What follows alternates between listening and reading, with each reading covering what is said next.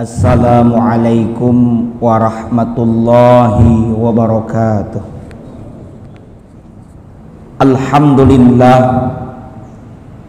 Alhamdulillahilladzi hadana subulas salam wa abhamana bi syari'atin nabiyil karim.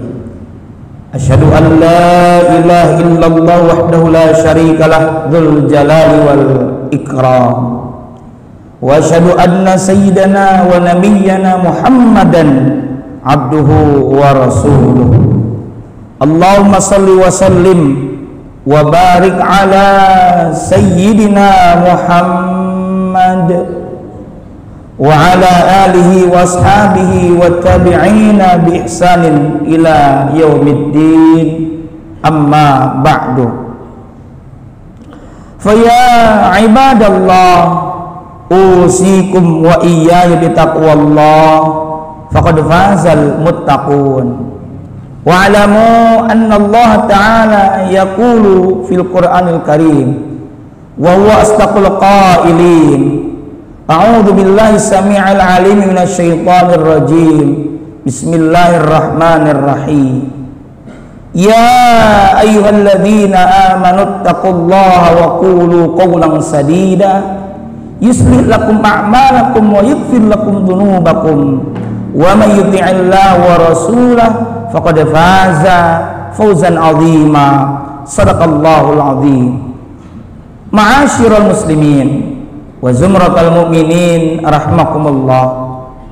Mengawali khutbah Jumat pada kesempatan Jumat akhir di bulan Syawal 1443 Hijriah, khatib berwasiat kepada hadirin dan tentunya kepada pribadi khatib sendiri untuk senantiasa meningkatkan kualitas ketakwaan yang didasari dengan keimanan yang sebenar-benarnya, sehingga inilah pesan utama yang disampaikan oleh para khatib dalam setiap khutbah dengan ungkapan usikum wa iyaya bitaqwallah.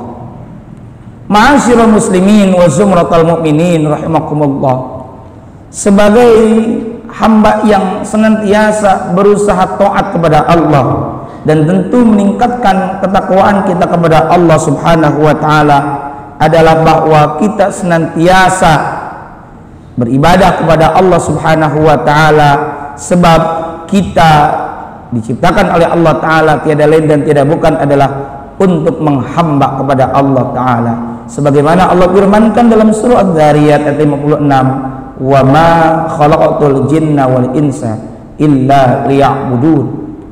Dan tidaklah aku ciptakan jin dan manusia melainkan supaya mereka beribadah kepadaku, illa liya'buduni.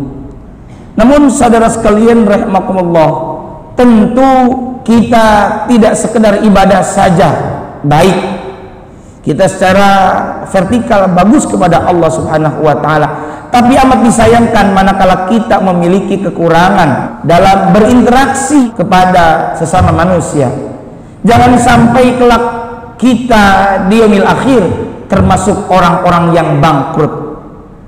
Apa dan seperti apa yang dimaksud dengan orang-orang yang bangkrut? Inilah yang akan menjadi tema atau topik khutbah kita pada kesempatan siang ini. Ma'asyiral muslimin wa zumratal mu'minin rahimakumullah. Satu waktu baginda Rasulullah Muhammad sallallahu alaihi wasallam ketika bersama para sahabat, beliau bertanya.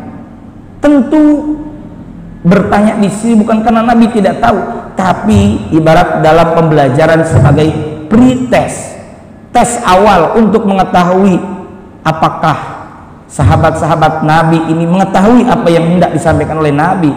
Tahukah jawabannya? Apa kata Nabi? Atadruna mal muflis. Apakah kalian semua tahu apa yang disebut dengan muflis? Mim fa lam sin, muflis, bukan mukhlis. Tahukah kalian apa yang dimaksud dengan bangkrut atau orang yang bangkrut itu siapa? Para sahabat menjawab, qalu al-muflisu fina, orang yang bangkrut di kalangan kami adalah man la dirhama, orang yang tidak punya uang dirham wala mata'a, dan tidak memiliki harta benda. Saudara sekalian, tentu jawaban yang disampaikan oleh para sahabat tidak mutlak salah kalau konteksnya dalam kaitan dengan duniawi. Tapi yang Nabi maksud bukan itu. Siapa yang dimaksud dengan orang bangkrut? Kata Nabi, innal muflis, sesungguhnya orang yang bangkrut, min ummati, dari kalangan umatku, yakni kita, umatnya baginda Rasulullah Muhammad sallallahu alaihi wasallam, ya'ti yaumal qiyamah, di mana ia datang kelak di hari kiamat, bisolatin, membawa pahala salat, wa siyamin, membawa pahala puasa Ramadan atau bahkan puasa sunnah, wa zakatin, bawa pahala zakat, baik zakat fitrah maupun zakat mal. Tapi apa yang terjadi? Wa ya'ti qad syatama hadza, tapi mereka dulu ketika di dunia pernah mencaci maki orang lain. Wa qadzafa hadza, pernah melakukan qadzaf, menuduh orang lain tanpa bukti. Wa akala mala hadza, pernah memakan harta ini, dalam arti harta orang lain yang bukan haknya. Wa sabaka hadza, menumpahkan darah orang lain. Wa daraba hadza, memukul orang lain tanpa sebab.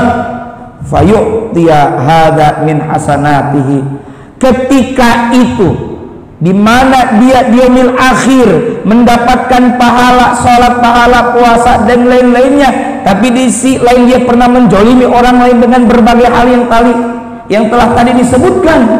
Datang orang-orang yang terzalimi itu, orang-orang yang menjadi korban saat di dunia, datang menuntut. Lalu apa yang dilakukan? Fayu'tiya hadza min hasanati, maka si korban itu akan diberikan pahala-pahala kebaikan yang tadi dimiliki oleh pelakunya. Masya Allah.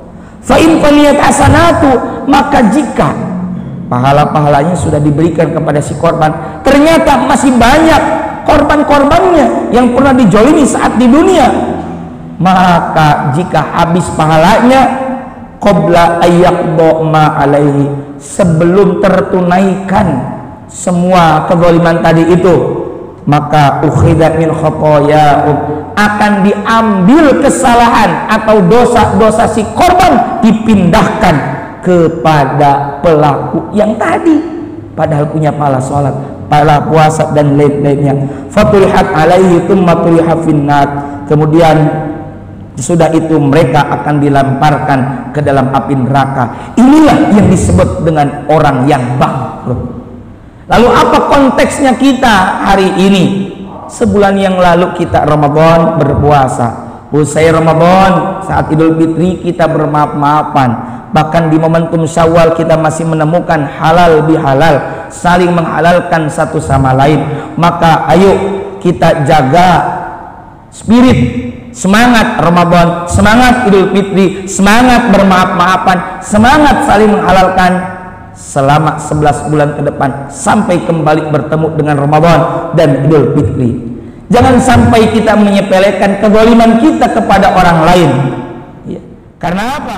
Ada sebuah hadis marfu yang diriwayatkan dari Sayyidina Anas bin Malik radhiyallahu ta'ala anhu, wa amma dzulmu alladzi la yatrukuhullah, adapun kezaliman yang tidak akan dibiarkan oleh Allah, fadzulmul ibadi ba'dihim ba'd, adalah kezaliman manusia atas manusia lainnya, hatta yudabbiru li ba'dihim min ba'di, hingga mereka menyelesaikan urusannya sendiri.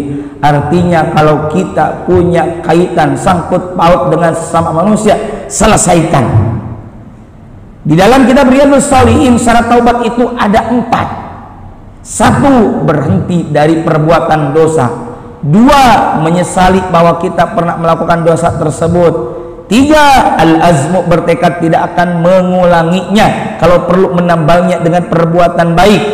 Dan yang keempat adalah minta dihalalkan, selesaikan permasalahan yang pernah terjadi di antara kita.